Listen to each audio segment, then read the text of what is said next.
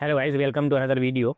तो दोस्तों, आज का हमारा टॉपिक है भारत की जनगणना 2011, यानी कि 2011 की जनगणना से हमें क्वेश्चन करने वाले हैं आज के। और ये एक समग्र विश्लेषण और महत्वपूर्ण तथ्यों को भी जानेंगे हम इसमें। 2011 की जनगणना से जितने भी महत्वपूर्ण तथ्य है उनके बारे में भी जानेंगे और उनके बारे में भी बात करने वाले हैं। तो चलिए वीडियो को शुरू करते हैं। सबसे पहले भारत में जनगणना का इतिहास जो था उसका एक कालक्रम को देखते हैं। 1872 ये भारत में पहली बार जनगणना हुआ था। भारत में प्रथम बार जनगणना लॉर्ड मेयो के काल में हुआ था, ये देखिएगा। लॉर्ड मेयो पूछ लिया जाए भारत में पहली बार जनगणना किसके काल में हुआ, तो लॉर्ड मेयो के काल में हुआ था। 1881 प्रथम सरकारी एवं व्यवस्थित जनगणना हुआ था लॉर्ड रिपन के काल में। लॉर्ड रिपन के काल में व्यवस्थित जनगणना हुआ था। प्रथम सरकारी एवं व्यवस्थित जनगणना लॉर्ड रिपन के काल में हुआ था। नेक्स्ट है 1921। और ये सबसे ज़्यादा इंपॉर्टेंट भी बनता ही है क्योंकि ये जनसंख्या महाविभाजक वर्ष था, यानी कि यह इसमें नेगेटिव में जनसंख्या जो है ना, पॉपुलेशन, उसे दर्ज किया गया था। और नेगेटिव ग्रोथ था इसका 0.31 का, -0.31 का ये नेगेटिव ग्रोथ रेट था। नेक्स्ट है 1951। स्वतंत्र भारत की पहली जनगणना। हम 1947 में आज़ाद हुए थे और 1951 में जो जनगणना हुआ वो स्वतंत्र भारत की पहली जनगणना हुई थी। ये भी इंपॉर्टेंट है। ये है 2011 भारत की 15वीं जनगणना और स्वतंत्र भारत की 7वीं। देखिए, 2011 अगर फिर पूछा जाए 2011 भारत की कौन सी जनगणना थी, तो ये तो 15वीं जनगणना थी। लेकिन अगर ये पूछ दिया जाए स्वतंत्र भारत की कौन सी जनगणना थी, तो स्वतंत्र भारत की 7वीं जनगणना थी। ये भी ध्यान रखिएगा। फिफ्थ सेंसस है ये इंडिया का ओवरऑल, और सेवन्थ है इंडिपेंडेंस इंडिया के बाद, यानी कि इंडिपेंडेंट इंडिया का जो था ये सेवन्थ था। अब इसके परिचय देखते हैं थोड़ा सा। 2011 की जनगणना था, उसका ध्येय वाक्य क्या था, तो ध्येय वाक्य था इसका हमारी जनगणना हमारा भविष्य। इंपोर्टेंट बन जाता है। 2011 की जनगणना का ध्येय वाक्य हमारी जनगणना और हमारा भविष्य था। जनगणना आयुक्त यानी कि इलेक्शन कमिश्नर जो थे उस समय थे सी चंद्रमौली। सी चंद्रमौली थे। प्रश्नों की कुल संख्या कितनी थी, तो प्रश्नों की कुल संख्या 29 थी। ध्यान रखिएगा, 2011 की जो जनगणना है उसमें प्रश्नों की संख्या थी 29। भारत की कुल जनसंख्या का बात करें तो 2011 के जनगणना के अनुसार 121 करोड़ थे। 121.1 करोड़, यानी 1 मार्च 2011 तक ये 2011 की जनगणना के अनुसार है। जिसमें पुरुषों की जो संख्या थी वो 62.37 करोड़, यानी कि कुल का 51.47% था। ये इंपॉर्टेंट है, याद रखिएगा, ये पूछा जाता है कि 2011 के जनगणना के अनुसार पुरुषों की प्रतिशत कितनी थी, तो प्रतिशत थी 51.47%, जिसमें 62.37 करोड़ पुरुष थे 121 करोड़ में।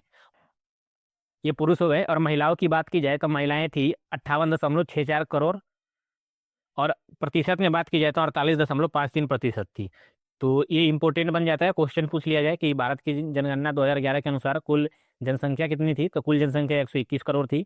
पुरुषों की प्रतिशत में 51.4%, महिलाओं की 48.53%। 121 करोड़ में 62.37 करोड़ पुरुष थे और 58.64 करोड़ महिलाएं थी। अब है सर्वाधिक बनाम न्यूनतम जनसंख्या। तो देखिए, सर्वाधिक यानी कि टॉप 3 देखा जाए तो सबसे पहले उत्तर प्रदेश 20 करोड़ लगभग, फिर महाराष्ट्र 11.23 करोड़, और फिर है बिहार 10.41 करोड़। अगर क्रम वाइज पूछा जाए तो हम कह सकते हैं उत्तर प्रदेश, महाराष्ट्र और बिहार ये 3 नंबर पे हो जाएंगे। ये 1 2 3 हो जाएंगे। जबकि सबसे कम देखा जाए तो सबसे पहले है सिक्किम 6.07 लाख में। और देखिए यहाँ पे करोड़ है, यहाँ पे लाख है, कितना ज़्यादा फर्क बन जाता है। फिर है दूसरा में मिजोरम और तीसरा में है अरुणाचल प्रदेश। तो अगर सर्वाधिक है तो उत्तर प्रदेश, महाराष्ट्र, बिहार, और न्यूनतम है तो सिक्किम, मिजोरम और अरुणाचल प्रदेश। अब यहाँ पे देखिए, यूनियन टेरिटरी में अगर सर्वाधिक जनसंख्या पूछ लिया जाए तो सर्वाधिक जनसंख्या है दिल्ली, और न्यूनतम पूछा जाए तो न्यूनतम है लक्षद्वीप का, और सर्वाधिक तो दिल्ली है ही अपना। अब 10 की वृद्धि दर 2001 से 2011 की बात की जाए तो भारत की वृद्धि दर 17.7% थी। ये इंपॉर्टेंट है, ये पूछ लिया जाता है कि 2001 से 2011 के बीच भारत की वृद्धि दर कितनी थी, तो 17.7% थी। सर्वाधिक वृद्धि दर हो जाएगा मेघालय का, जो 22.9% था, और न्यूनतम था नागालैंड का, माइनस में था 0.06। ये भी ध्यान रखिएगा, सर्वाधिक वृद्धि दर मेघालय का, और न्यूनतम पूछा जाएगा नागालैंड का। और यूनियन टेरिटरी में दादर और नागर हवेली का था 55.9%, और सबसे ज़्यादा दादर और नागर हवेली 55.9%, और मिनिमम था लक्षद्वीप का 6.3% का।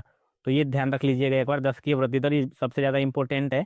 और यही पूछा जाए कि भारत की वृद्धि दर कितनी थी 2001 से 2011 के बीच, तो सिर्फ यही इंपॉर्टेंट बनता है 17.7%। ये अभी तक पूछा नहीं गया है, मेघालय और नागालैंड। अब जनसंख्या घनत्व की बात करते हैं तो औसतन 382 व्यक्ति प्रति वर्ग किलोमीटर जनसंख्या घनत्व, यानी कि 1 किलोमीटर में 300, भारत में 1 किलोमीटर में भारत में 382 व्यक्ति रहते हैं। सर्वाधिक है बिहार में। बिहार में 1106, यानी कि बिहार में 1 किलोमीटर के दायरे में 1106 व्यक्ति रहते हैं। वहीं वही है न्यूनतम, यानी कि सबसे कम है अरुणाचल प्रदेश में 17, 1 किलोमीटर के दायरे में 17 व्यक्ति रहते हैं। और केंद्र शासित प्रदेश की बात की जाए तो सबसे ज़्यादा है दिल्ली, 11,320 1 किलोमीटर में।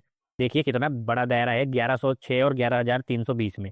तो सर्वाधिक जनसंख्या घनत्व बिहार का है, न्यूनतम है अरुणाचल प्रदेश का 17, बिहार का 1106, जबकि केंद्र शासित प्रदेश में पूछा जाए तो दिल्ली। अब है ग्रामीण बनाम नगरीय, यानी कि ग्रामीण जो रूरल है इसमें है 68.4% जनसंख्या, और शहरी है 31.16, यानी कि अर्बन में। अब देखिए सर्वाधिक नगरीय गोवा में है, 62.2% का है। सर्वाधिक नगरीय जो है प्रतिशत में वो गोवा में है, जबकि सर्वाधिक नगरीय जनसंख्या पूछा जाए तो महाराष्ट्र में है। यहाँ पे जनसंख्या नहीं पूछा, प्रतिशत पूछा गया है। सर्वाधिक नगरीय प्रतिशत गोवा, सर्वाधिक नगरीय जनसंख्या महाराष्ट्र में। वहीं सर्वाधिक ग्रामीण प्रतिशत हिमाचल प्रदेश में है 90, और सर्वाधिक ग्रामीण जनसंख्या उत्तर प्रदेश में है। देखिए इधर देखिए, सबसे पहले हम देखा जाए सर्वाधिक नगरीय प्रतिशत, नगर प्रतिशत कहाँ पे है? गोवा में है, क्योंकि घूमने आते हैं बीच है तो सबसे ज़्यादा वहीं तो हो जाएंगे। और सर्वाधिक नगरीय जनसंख्या महाराष्ट्र में हो जाएगा। सर्वाधिक ग्रामीण यानी कि गाँव की जनसंख्या सबसे ज़्यादा प्रतिशत में ये हिमाचल प्रदेश में है 90%, और सर्वाधिक ग्रामीण जनसंख्या ये उत्तर प्रदेश में है, यानी कि गाँव की जनसंख्या के हिसाब से। अब है लिंगानुपात यानी कि सेक्स रेशो। तो अब है लिंगानुपात यानी कि सेक्स रेशो, फीमेल पर 1000 मेल्स, यानी कि भारत की 1000 पुरुषों पर 943 महिलाएं हैं। ध्यान रखिएगा, 1000 पुरुषों पर 943 महिलाएं। केरल का है सर्वाधिक 1084, 84 अधिक है, यानी कि 1000 पुरुषों पर 1084 महिलाएं केरल में है। और सबसे कम है हरियाणा का, हरियाणा में है 879, यानी कि 1000 पुरुषों पर 879 महिलाएं हैं, ये हरियाणा की है। बाल लिंगानुपात की बात की जाए 0 से 6 वर्ष की, तो ये भारत का है 919। अब लिटरेसी रेट यानी कि साक्षरता दर, तो भारत की साक्षरता दर है 73%, यानी कि अब हो गया है 74.4%, 73 नहीं 74.4% है। इसमें पुरुषों की बात की जाए तो 80.9%, ये 81 के लगभग करीब है। और महिलाओं की बात की जाए तो ये 64.6% की है। वहीं राज्यों की बात की जाए तो सबसे ज़्यादा केरल में बताते हैं, 94% साक्षरता दर है केरल की। सबसे कम बिहार की है 61.8%, ये भी ध्यान रखिएगा। सबसे ज़्यादा साक्षरता दर कहाँ की है? केरल की, यानी कि 94%। 94% है, लेकिन केरल के जो लोग हैं 100% अपने आप को साक्षर मानते हैं, लेकिन जनगणना के हिसाब से 94% ही सही आंसर हो जाएगा। वहीं सबसे न्यूनतम साक्षरता दर की बात की जाए तो बिहार की है 61.8% की। अब देखिए इसका साक्षरता दर का मतलब कैसे पता करते हैं, तो 7 वर्ष या उससे अधिक आयु के जो कोई भी व्यक्ति हो जो लिख और पढ़ सके वो उसे साक्षर माना जाता है।